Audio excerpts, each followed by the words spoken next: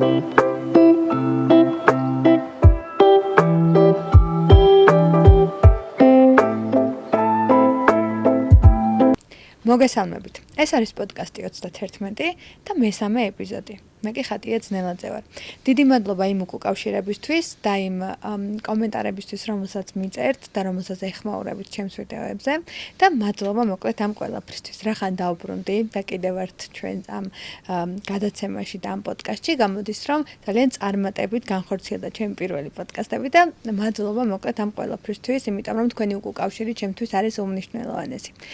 ჩემი დღევანდელი მესამე ეპიზოდის სტუმარი არის ძალიან საინტერესო ადამიანი, რომელმაც ცხოვრებაში ძალიან ბევრი სირთული, ძალიან ბევრი საინტერესო დეტალის მიუხედავად მიაღწია მთავარ საკუთარი თავის საუკეთესო ვერსიას და ყოველ ეტაპზე და ყოველ ჯერზე აღწევს იმას, რომ იყოს და მიაღწიოს იმას, რომ სულიერ სიმშვიდესთან ახლოს საკუთარ შეგრძნებებში სწორად მოიტანოს თავისი ემოციები ჩვენამდე და ამ ყველაფერს თითქოს კურნავს ბგერით, რაღაცა შინაგანი ჰარმონიით, შინაგანი შეგრძნებებით და დღევანდელი ჩემი სტუმარი გახლავთ ნელი აკირბა, უმშვენიერესი და უბრალოდ საკუთარი საქმის პროფესიონალი, ასე ვიტყოდი.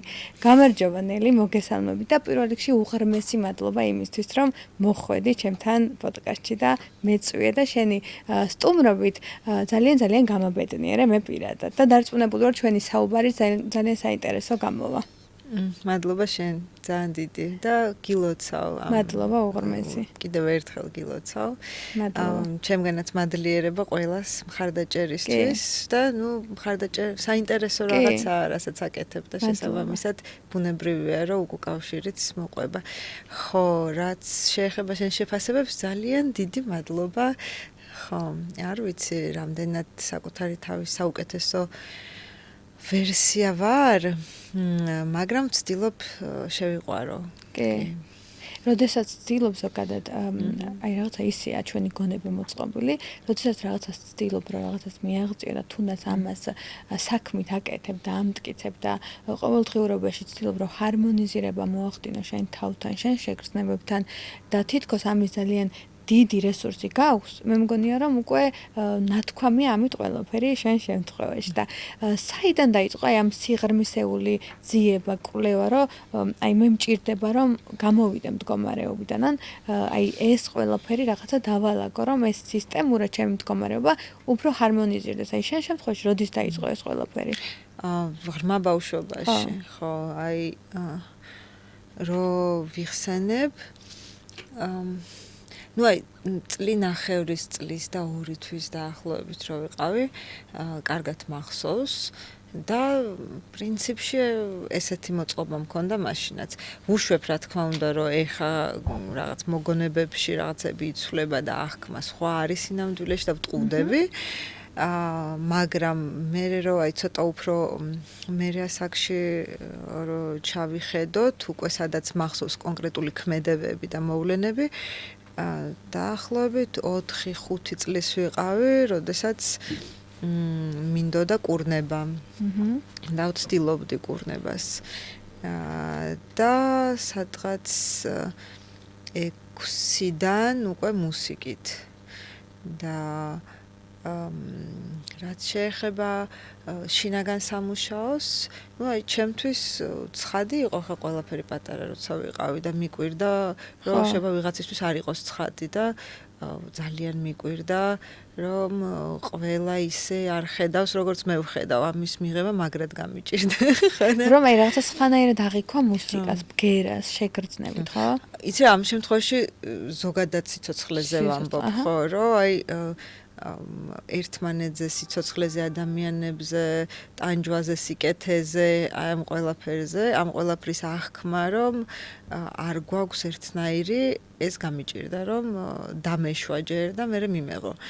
და სადღაც აი უკვე 12-13 წლიდან დისონანსი შემოვიდა სქესობრივი მომწიფების ფონზე და დაიწყო ტკივილები. ნუ თან ახლა მე მქონდა ბავშვობაში აღქმა ნატიფი შრეების, ისე რა, ზომიერად.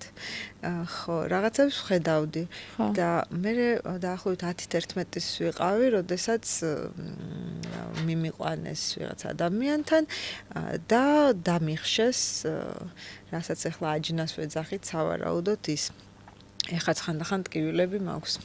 ხო, აი მას მერე ნელ-ნელა დაიწყო ჩემთან ტკივილები ეგზისტენციალური. მანამდე ერთი ვიყავი ამ ყველაფერთან არ მეშინოდა და გასაგები იყო ყველაფერი და დაიწყო კითხვები, რომ აი საერთოდ რატო არ აქ რაღაც შეცდომა ხომ არ მოხდა სისტემაში.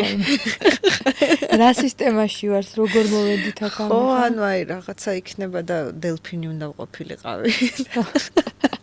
არა, აშკარად ან ერორი ვარ სისტემაში, ან რაღაცა შეცდომით დავიბადე აქ თქო და მე რა ეს იყო კარგა ხანი, აი მაგარი ტკივილი, რომ აი მე ყველაფერი მტკივა, თან ანუ მას მე რაც დაიხშო აღქმა და ვეღარ ვხედავდი, ვგრძნობდი ძირითადად ტკივილებს ნეგატივს და ვერ ვხედავდი და ნელ-ნელა მეშინოდა უფრო და უფრო ამისი.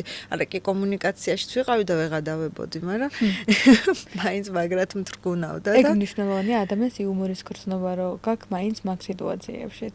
ხო, იუმორის გრძნობა მე მგონი ერთ-ერთი ძირითადი არის და სამყაროს ენა ჩემთვის არის, რომ ეს თქვა სიზმარი თუ სიზმარში შეტყობინება არის იუმორით მოცემული, აი წყალი არ გაუვა.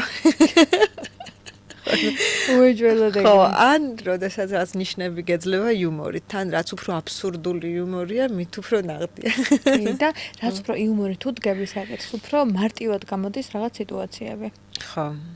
ის არის რა სიხშირეა მაღალი იუმორის სიხარულის და შესაბამისად მარტივად დენადი ხარ მე რა ნაკლებად ჩამყარებული და ნაკლებად გეჯახება სიცოცხლე. და იმას ყვებოდი ბავშვობაში ამ სიტუაციებიდან, ანუ მაქედან დაიწყო შენი ეს ტრანსფორმაციული. ხო, აი მან დრო დაიწყო ტკივილი და თან იცი რა რომ დავაკვირდი პატარაობიდან იყო სულ ტრავმები და იყო ძლიერად სიკვდილი. ანუ პირველი იყო ხა ეგეთი დედას თვითმკვლელობის მცდელობა, როცა ვიყავი სადღაც 4 წლის მგონი. ძალიან დიდი ტრავმა იქნებოდა 4 წლის ბავშვისთვის. ხო, მერე იყო სადღაც 6-ის ვიყავი და ძაღლი მომიკვდა და მაშინ პირველი აი მაშინ დავიწყე მუსიკის გამოტანა, მუსიკაში გამოტანა ტკივილის და ემოციების და რექვიემი დავწერე, რომელიც არ არის შენახული სამწუხაროდ. ხო და მერე იყო რომ აი ტკივილების პერიოდი როცა მქონდა უკვე ეგზისტენციალური, ჩემს ცხოვრებაში გამოჩნდა მეგობარი, ჩემზე დაახლოებით 7 წლით, შეიძლება 10 თუ უფროსი ჩემი მასწავლებლის შვილი და წერილებს მწერდა და მომწერე და მე გეტყვი რა მაქვს, რა პასუხები მაქვს ნაპოვნიო, იმიტომ რომ მეც ვიყავი შენს ადგილასო და ესე წერდით ერთმანეთს და ძალიან დავახლოვდით და მერე ის გარდაიცვალა, ისე რა თავი მოიკლა. შეიძლება იცნობდი კიდეც. ვინ არის? მათუმელი ბაადურ კორძაია. ბაადური. ხო და ნუ ბაადურის სიკვდილი ჩემთვის იყო აი ძალიან ძლიერი შეჯანჯღარება და მაქედან ჩავარდი ქვესკნელში. ზოგადად მეგობრის გარდაცვალება ეგრეა.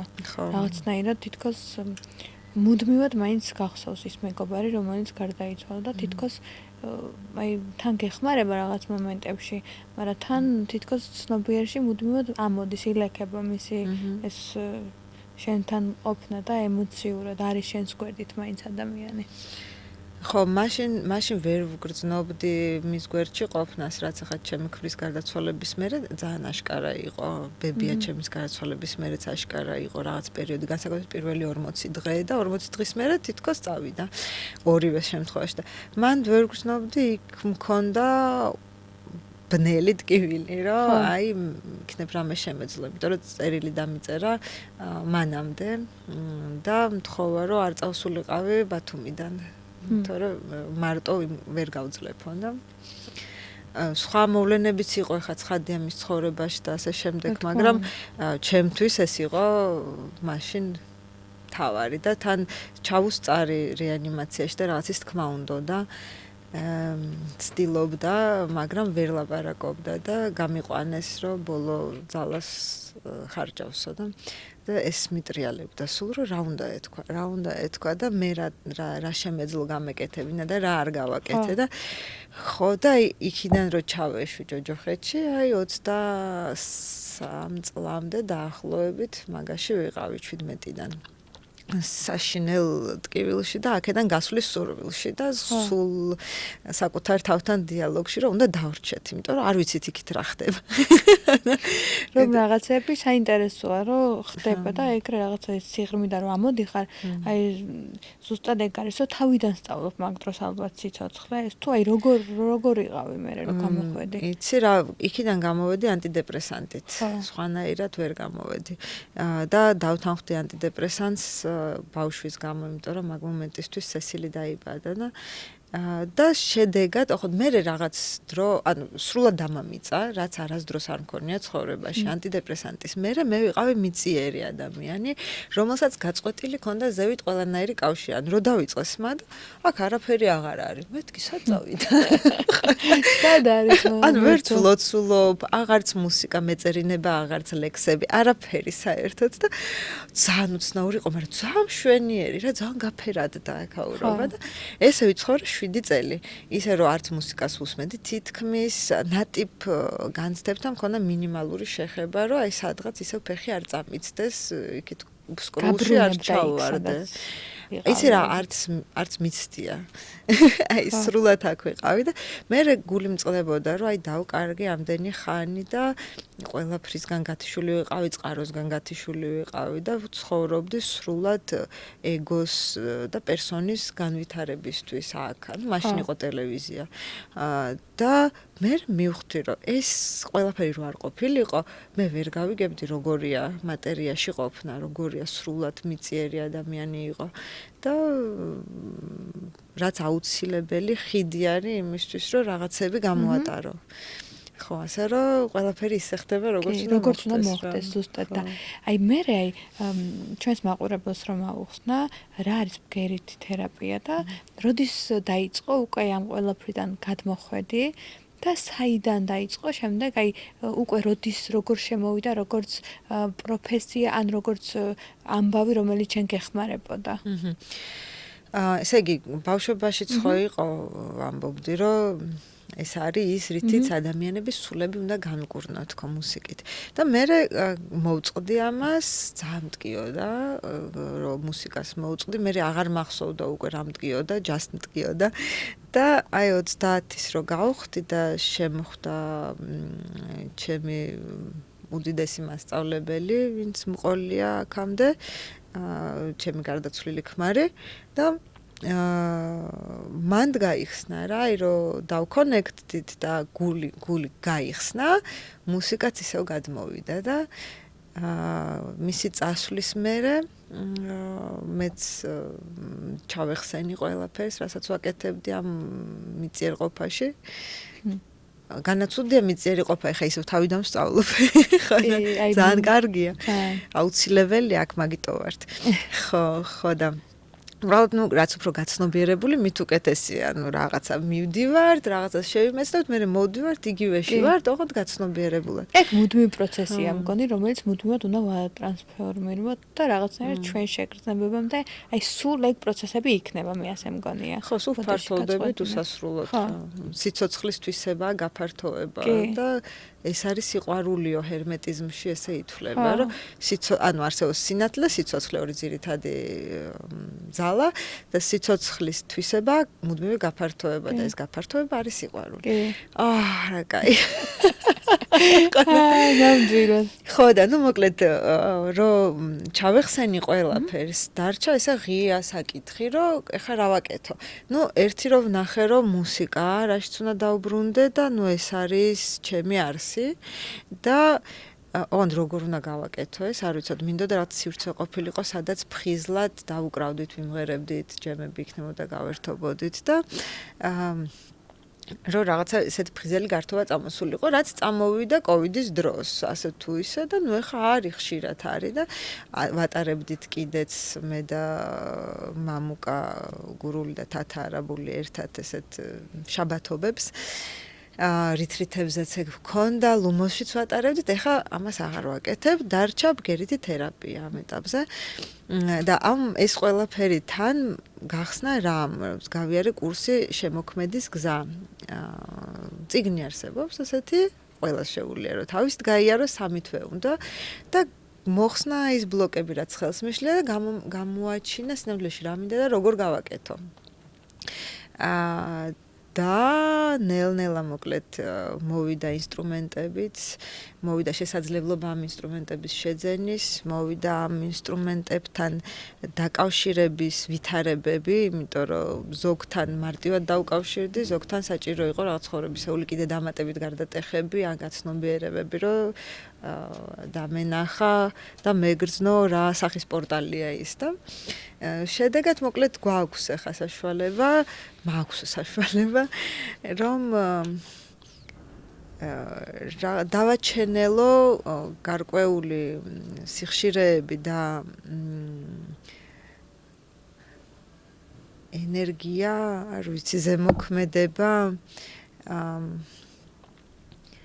ხო რაღაც მსგავსი დავაჩენელო იმისთვის, რომ სისტემები ადამიანების ვინც იქ არის, ჰარმონიაში მოსვლისკენ წავიდნენ, ანუ ჰომეოსტასისკენ წავიდნენ.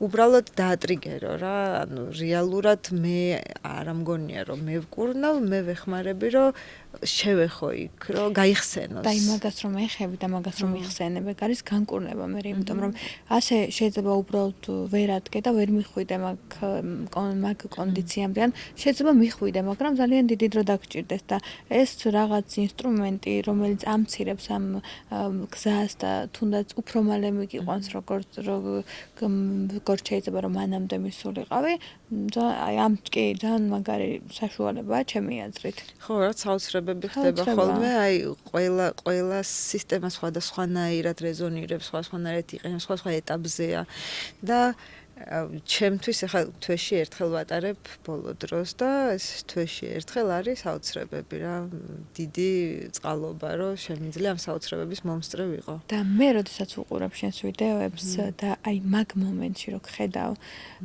აი როგორ შეგრძნებას, აი როგორი შეგრძნებით შენ ეხები ინსტრუმენტს, როგორ შეიგრძნობ ამ მელოდიას, როგორ აი გრძნობ ამ ყველაფერს, მგონია რომ შენ თავსაც პოულობ მაგ საქმეში და იმდენად შენია ყველაფერი რომ რაღაცნაირად მინდა რომ აი მოვიდე და აი მაგ ძალიან ჩაგეხოთ ან რაღაცა აი ის შეგრძნება გადმოვიდეს ჩემზე რომ აი რამხელა საქმეს აკეთებ ადამიანებისთვის.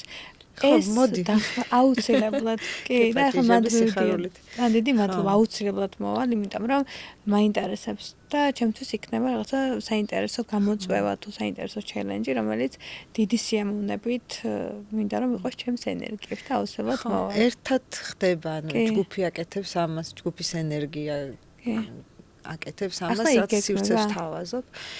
კი, აი 28-ში. ვიცი, ვნახე, მაგრამ არ ვარ.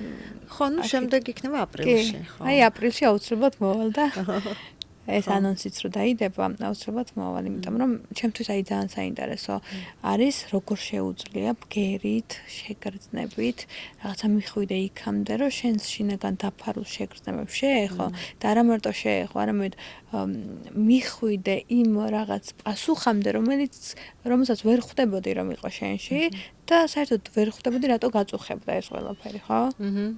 კი, ეგ არის ერთ-ერთი გამოვლინება, ხო. და ნუ ამ ყველაფრის ფონზე ხა კიდევ ერთი რაღაც დაიბადა, იმიტომ რომ მჭირდებოდა, მინდოდა რომ რგვალი სივრცე მქონოდა ბგერითი თერაპიისთვის და დავიწყეთ მშენებლობა საკრალური ნაგებობების. ქურუმი ქვია ჩვენს წამოწყებას და ნახოთ ახლა რას მოიტანს, იმიტომ რომ ჯერჯერობით დასრულებული არ არის, მუშაობ და თან ხელით მუშაობ და ძალიან მიხარია და მატყლის თბოიზოლაციას ვაკეთებთ და ნუ აი რაღაცა ძალიან ბედნიერი ვარ ბავშვობაში რაც მინდოდა. შიგნით არის ისეთი ენერგია, ისეთ შეგრძნებებს იწვევს, რომ აი რავი ძალიან დიდი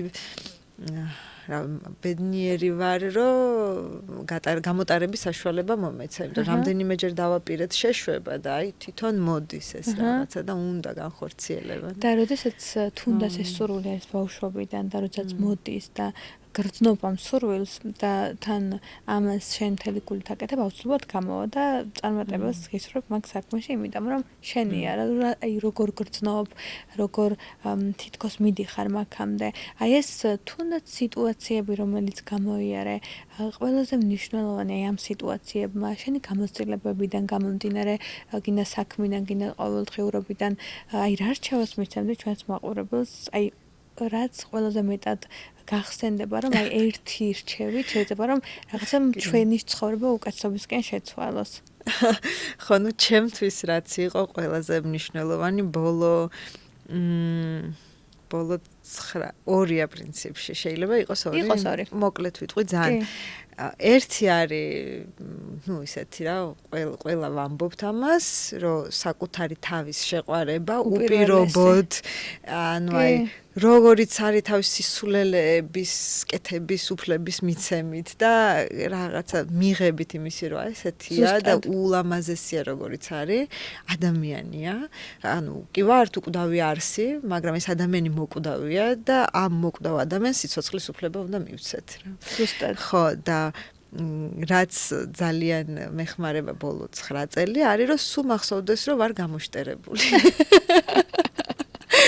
არასდროს არ სადღაც იგრძნო თავი ხო? იცი რატო რომ არ მოვტყუვდე, იმიტომ რომ როგორც კი ვიჯერებ რომ მე რაღაცა ვიცი, ესე იგი რაღაცაში, რაღაცა პერსონაჟში ჩავიკეტე თავი და მან იწყება ტყუილი, შენდება ტყუილზე, მერე ტყუილი ზემოდან აშენდება და ნუ აი რაღაცა დიდ იმას ციხესიმაგრეს იგებ, რომ თავი დაიცვა ჩემს წარმოდგენებში, ხო და? და მერე გეხმარება ეს ხომ იმაში რომ რაღაცა გამოფხიზდე და მოხვიდე გონს. ხო, რომ ვაიმე მე ხო არაფერი ვიცი. აი ამდენიც არ ვიცი 0.1%-იც არ არის, რასაც ვხედავ და მესმის და ცალკე მეცნიერება არსებობს იმის შესახებ თუ რამდენი რამ არ ვიცით რომ არ ვიცით. არაფერი არ ვიცი და იმის რაღაცა სერიოზული სახის მიიღება და აი მე შევი მეცნე სიცოცხლე დამთავრდა მოუკვდი. აი მანდ მივხვდი რომ ყველაფერი დამთავრდა ხო? ხო და ნუ აი მივხვდი რომ როდესაც მგონია რომ რაღაცეები ვიცი, მაშინ ყველაზე მძინარე მდგომარეობაში. იმისთვის რომ ვიყო ცოცხლად, რომ ვიყო საოცრების აღქმაში, ხო, როგორც ბავშვი ვიყო და 1000-ას უფეველში შემესვლებოდეს, არის რომ ახსოვდეს რომ არაფერი ვიცი. და ეს მუდმივად, აი მე მაგალითად მეხმარება ის აი შინაგანად მუდმივად, აი ბავშვური სილაღე, რომ აი ჩემში არსებობდეს. და აი მაინც ვუბრუნდებით ხო საწყის ყოველთვის, რომ აი ჩვენში არ რაღაცა ჩაუკლათ ის ბავშვური სილაღე, ის ენერგია, რომელიც ყოველთვის უნდა ვაარსებოთ ჩვენს ენერგიებში. ამ შემთხვევაში შე როგორ ხარ მაგალითად, აი როგორ ცდილობ, რომ აი თქვათ მაგ მდგომარეობიდან გამოიყვანო შენი თავი? რომლიდან სერიოზულიდან? არა, აი რაღაცა დათრგუნული სენსიტიური აი ამ ფაზიდან. ხო, ნუ მანდ ვაძლევ საშუალებას რომ გამოიგლოვოს რა, მოკვდეს ბოლომდე თუ კვდება და ლამაზი პანაშვიდი მოუწყოთ. და მე აი ფსკერზე რომ ჩახვალ მაგ დროს და განულები ენერგეტიკულად, მე ამოდიხარ ზედაპირზე. მე იბადება ახალი და პეპელა იჩეკება და სანამ პეპელა გამოიჩეკება, ჯერ ჭუპრში მუხლუხომ თავისთავი ფაქტორი უნდა მოინელოს და მერე აქედან პეპელა იჩეკება. მე იბადება დედოფალი. ხო. რომელიც ჩვენს ენერგიებში უნდა ვაარსებოთ, იმიტომ რომ აუცილებელია ეს თავდაჯერებულობა, ეს შინაგანად იმის შეგრძნება, რომ აი ჩვენ პირველ რიგში ძალიან სწორად აღნიშნე, რომ საკუთარი თავის სიყვარული. იმიტომ რომ აი ეს შეგრძნება, რომ ჩვენი თავი გვიყვარს, გვეხმარება იმაში, რომ რეალიზდეს ჩვენი გეგმები. და რაღაცნაირად სამყაროსგანაც ეს საფორთი მივიღოთ. მე მაგალითად ეგ მეხმარება ძალიან. კი, ნუ სიყვარული ვართ, სიყვარულია ღმერთი, თუ საკუთარი თავი არ გიყვარს, ესე იგი მოწყვეტილი ხარ ნაკადს და. სამწუხაროდ ამას ვერ ხვდება ბევრი ადამიანი, იმიტომ რომ გონიათ, რომ აი რაღაცა ყველაფერი უკანა პლანზე უნდა გადააყენონ თავიანთი შეგრძნებები, საკუთარი სურვილები. აი შენ როდის დაიწყე, რომ ეს შენ სურვილების დაპრიორიტეტება და სულ ახლა ხანს. ძალიან ცოტა ხანია. ანუ აი 4-5 წლის წინ რაღაცა გაიელვა ამან, რომ მე მგონი გასაკეთებელია და ნუ აი ნელ-ნელა ხდება ხა შარშან ყველაზე ძლიერი ესეთი დარტყმა მივიღე მაგ მიმართულებით, რომ ეხა ნუღარ მაშვებიო სიტყვას არ ვიტყვი რას. თუ თქვა და ტუს დაადებ. რაც გინდა ის თქვი ყველაფერი მოყროჭაობ. რომ რაღა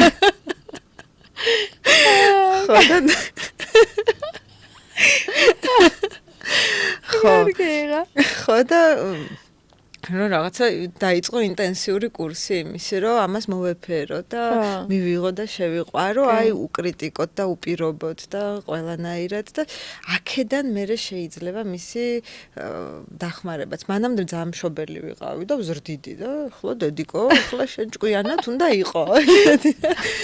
ეხა მოდი იგულავე.